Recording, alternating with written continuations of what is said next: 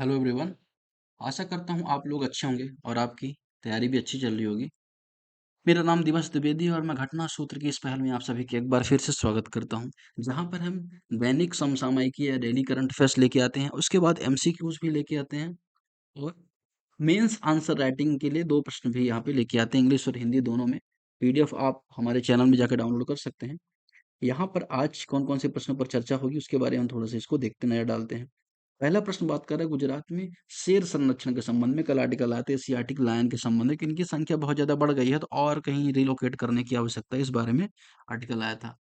तो पहला आर्टिकल बात कर रहा है, पहला क्वेश्चन ऑप्शन बात कर रहा है कि भारत 2025 तक शेरों की संख्या 1000 से अधिक हो गई है। क्या ऐसा हो गया है कुछ? है ना? ये बताना है। शेरों ने गिर वन में बाहर 11 जिलों तक अपना क्षेत्र बढ़ा लिया है, इसके बारे में बताना है।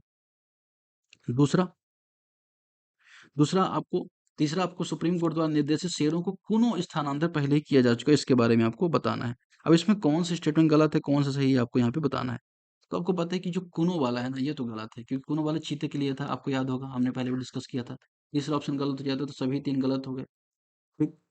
अब हम बात करें 2025 तक 1000 से ज्यादा बढ़ गई है, ये थोड़ा सा ज्यादा एक्सेसिव बता रहा है। 1000 से ज्यादा नहीं बढ़ी है, 889 के आसपास ये संख्या हो गई है ना, 890 के आसपास संख्या हो गई। तो पहला स्टेटमेंट और तीसरा स्टेटमेंट गलत हो जाता है। शेरों ने गिरवन में 11 जिलों तक अपना क्षेत्र बढ़ा लिया, ये स्टेटमेंट यहाँ पे सही है। मतलब केवल एक कथन यहाँ पे सही है। अब थोड़ा सा इसके बारे में, क्या यूपीएससी में आएगा? यूपीएससी में इस तरह से क्वेश्चन हो सकता है ना आए, लेकिन क्वेश्चन कैसे आएगा? वैज्ञानिक नाम अगर आप देखें, पैंथेरा लियोपार्सिया इसका वैज्ञानिक नाम है, और इसका मुख्य आवास क्या है? गिर राष्ट्रीय उद्यान है, गिर नेशनल पार्क है। कैटेगरी क्या है? इसकी कैटेगरी क्या है? इंडेंजर्ड कैटेगरी में आता है, आईयूसीएन की इंडेंजर्ड कैटेगरी है इसकी, इंडेंजर्ड कैटेगरी है। अपेंडिक्स कौन सी है? साइट्स की अपेंडिक्स तो कौन सी सूची है? अपेंडिक्स सूची 1 है। अपेंडिक्स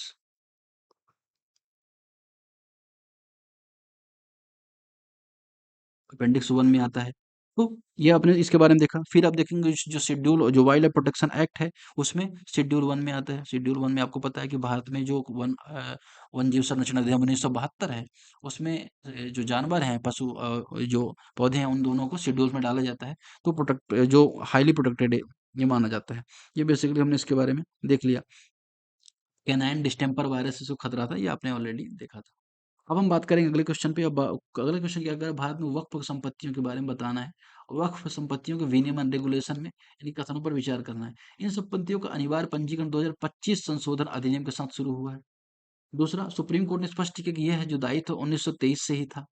तीसरा, पंजीकरण में वक्फ संपत्तियों को अतिक्रमण से बचाने में सुधार, शासन में सुधार होता है, इसके बारे में यहाँ पे बताना है।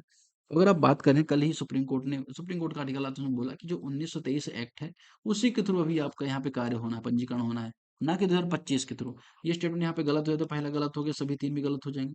अब तीन और दो तीन में आया तो दूसरे स्टेटमेंट यहाँ पे सही है, बिल्कुल सही है। वक्फ के बारे में बात करें तो इस्लाम में कोई भी व्यक्ति अपनी संपत्ति धार्मिक या परोपकारी उद्देश्य के लिए स्थानीय रूप से वक्फ को दान करता है। अब इसके संबंध में जो कानून बने थे 1954 में बने थे, स्वतंत्रता के बाद जो कानून बने, उसके बाद वर्तमान में 1995 में कानून बने, बाद में 2013 में भी इसको अमेंडमेंट किया गया। ठीक है। अब इसके अंतर्गत अगर आप देखेंगे कि जो इसका प्रशासनिक निकाय होता है वक्फ में, जैसे आप देखेंगे वक्फ में जो प्रशासनिक निकाय है, उसको बोला जाता है क्या?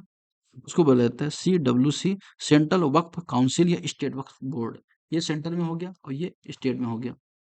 ठीक। अब अगर इसका अध्यक्षता कौन करता है? जो अल्पसंख्यक मामले के मंत्री होते हैं, वो करते हैं कि एक्स ऑफिशियो, मतलब मिनिस्ट्री ऑफ जो माइनॉरिटी अफेयर्स के में तो होते ही हैं, लेकिन यहाँ पे भी अध्यक्षता करते हैं। लेकिन अब प्रत्येक या राज्य के लिए अलग अलग बोर्ड होता है। इसके संपत्तियों में बेसिकली कौन कौन से मस्जिद आ जाते हैं? कब्रिस्तान, दरगाह, मदरसे, धार्मिक स्कूल्स, ये सारे आ जाते हैं इसकी संपत्ति में। ठीक है। अब अगर हम बात करें कि इसमें 2013 में अमेंडमेंट किया गया था कि जो वक्फ संपत्तियों पर अतिक्रमण को दंडनीय अपराध बनाया गया था। ठीक है। अभी हाल में कानून लाया गया जिसमें अगर आप देखेंगे जो गैर मुस्लिम उनको भी शामिल किया गया। इस संबंध में सुप्रीम कोर्ट ने कहीं ना कहीं फंडामेंटल राइट को वायलेशन मान के इसको अभी भी यहाँ पे थोड़ा-सा रोक लगा रखी है। अगला प्रश्न बात करेंगे तीसरा, भारत में स्वतंत्रता अभिव्यक्ति की स्वतंत्रता में विचार करना है। अनुच्छेद 19 एक ए अभिव्यक्ति की स्वतंत्रता की गारंटी देता है। ठीक है। ठीक है, अब देखते हैं सही है गलत है। आगे, प्रथम संशोधन यह अधिनियम इस संविधान से हटा दिया गया, क्या ऐसा है? तीसरा, अभिव्यक्ति का प्रतिबंध सार्वजनिक व्यवस्था, नैतिकता, संप्रभुता, मतलब सॉवरेंटी, है ना, और जो एथिकल वैल्यूज हैं, है ना, उसके अलावा और जो पब्लिक ऑर्डर, इसको मेंटेन करने के लिए इसको प्रतिबंध लगाया जा सकता है। ये तो बहुत जनरल स्टेटमेंट है, इसको तो आप सही कर सकते हैं कि चलिए ये सही हो गया। ये कोई नहीं, ये वाला तो ऑप्शन खत्म हो गया। क्या अभिव्यक्ति स्वतंत्रता की गारंटी देता है 19 एक? इसके बारे में बता तो बिल्कुल सही बात है। अनुच्छेद 19 एक ए के अंतर्गत क्या है, स्वतंत्रताएं हमें प्राप्त है ना, वाक्य व्यक्त की स्वतंत्रता है, freedom of speech and expression है। एक बी में आप पाएंगे क्या, किसी स्थान में जाने की स्वतंत्रता, घूमने की स्वतंत्रता। सी में कहीं घूमने की, बस जाने की स्वतंत्रता है ना, और कहीं सम्मेलन करने की स्वतंत्रता, व्यापार वित्तीय बनाने की स्वतंत्रता। ये सारी स्वतंत्रता आपको 19 एक में मिलती है। 19 दो में, 19 दो में क्या है, इनको कहाँ कहाँ पे इन पे रोक लगाई जा सकती है, पब्लिक ऑर्डर है ना, सॉवरेनिटी है ना, किसी की अवमानना है, कोर्ट की अवमानना है, मानहानि, इन सब मुद्दों पर अब यहाँ पे रोक रोक भी लगाई जा सकती है। तो युक्त युक्त निर्बंधन की भी बात करते हैं। ठीक है, अब बात करते हैं दूसरे स्टेटमेंट की, प्रथम संशोधन द्वारा इसे इस अधिकार को हटा लिया गया। ऐसा गलत है, ऐसा नहीं है कि 19 एक को हटा लिया गया, सिर्फ उसमें से 44 जो कॉन्स्टिट्यूशन अमेंडमेंट हुआ था, तो उसमें जो एफ था उसको हटाया गया था। एफ में संपत्ति का अधिकार था, उसे हटाया गया था। तो इसमें आंसर क्या हो जाएगा, केवल दो। प्रश्न क्रमांक 4 बात करेगा, भारत में नगर वन योजना के तहत 200 शहरी वन विकसित करने का लक्ष्य पूरा कर लिया है। नगर वन योजना के तहत कारण क्या है? पर्यावरण जन व परिवार मंत्रालय ने यह योजना 2020 में शहरी पारिस्थितिकी सुधार के लिए लागू की थी। अब इसके बारे में आपको यहाँ पे बताना है। तो कितना सही कितना गलत है, तो अब देखिए ए तो गलत है यहाँ पे, भारत ने भी पूरा नहीं कर पाया। दूसरा आर सही है, 2024 तक हमने क्या किया है, अब तक हमने 175 के आसपास वन हमने डेवलप कर लिए हैं अर्बन में, लेकिन इससे ज़्यादा भी डेवलप हम नहीं कर पाए। इसके बारे में बेसिकली यहाँ पे बात कर रहे हैं। अब हम बात करें नगर वन योजना की, तो बेसिकली क्या है, ए सही है, आर गलत है। ठीक है, ये नहीं, मतलब ये डी ऑप्शन सही, ए सही, आर गलत है। अगर इस योजना के बारे में बात करें तो 5 जून पर्यावरण दिवस को 2020 को इस योजना की शुरुआत की गई थी पर्यावरण मंत्रालय द्वारा, और 200 शहरी वनों की स्थापना करना इसका लक्ष्य था, और नेशनल अर्बन फॉरेस्ट स्ट्रेटजी के अंतर्गत इन सबको शुरुआत की गई थी। बट प्रेजेंट में महत्व ये है कि देख लिया, अर्बन हीटलैंड हो रहा है ना, गर्मी, बहुत ज्यादा गर्मी हो रही है शहरी एरिया में, तो अगर नगर वन होते हैं, शहरों में वन होते हैं, तो कहीं ना कहीं जो हीट है इसको ऑब्जर्व करने का भी प्रयास करेंगे, कार्बन को ऑब्जर्व करने का प्रयास करेंगे, PM2.5 PM10 को भी कम करने का प्रयास करेंगे। तो फिर इसके बाद अगला आर्टिकल आता है कि भारत की जो एआई पारिस्थितिकी तंत्र है में तेजी आ रही है, क्योंकि आयातित जीपीयू पर शुल्क में गिरावट आई है। कारण क्या, भारत में अपनी इंजीनियरिंग प्रतिभा बहु राजनीतिक दक्षता के एक पसंदीदा स्थल बन गया है। क्या ऐसा है? तो अब देखेंगे, ये गलत है, बिल्कुल गिरावट नहीं आई है। हालांकि भारत इंजीनियरिंग प्रतिभा में एक पसंदीदा स्थल बना है, लेकिन इसमें गिरावट नहीं आई है, बल्कि इसकी वजह शुल्क घटने की वजह बढ़ रहे हैं। भारत की रणनीतिक स्थिति एआई निवेश को आकर्षित जरूर कर रही है। तो आप देखेंगे, ए गलत है और आर इसका सही है। फिर हम मुख्य परीक्षा में आएंगे और बात करेंगे शहरी वन के संबंध में प्रश्न है। शहरी वन को विकास में अगर हम बात करें, विकास के लिए समर्पित करने के पारिस्थितिकी संवैधानिक प्रभावों का समालोचनात्मक मूल्यांकन कीजिए। उदाहरण रूप में कांच गच्चीवोली मामले पर। तो अब देखेंगे कि जो शहरी वन विकास है उसको लेके जो पारिस्थितिकी संवैधानिक प्रभाव का मूल्यांकन करना है, तो सबसे पहले आप बताएं कि हाल में चर्चा में क्यों रहा।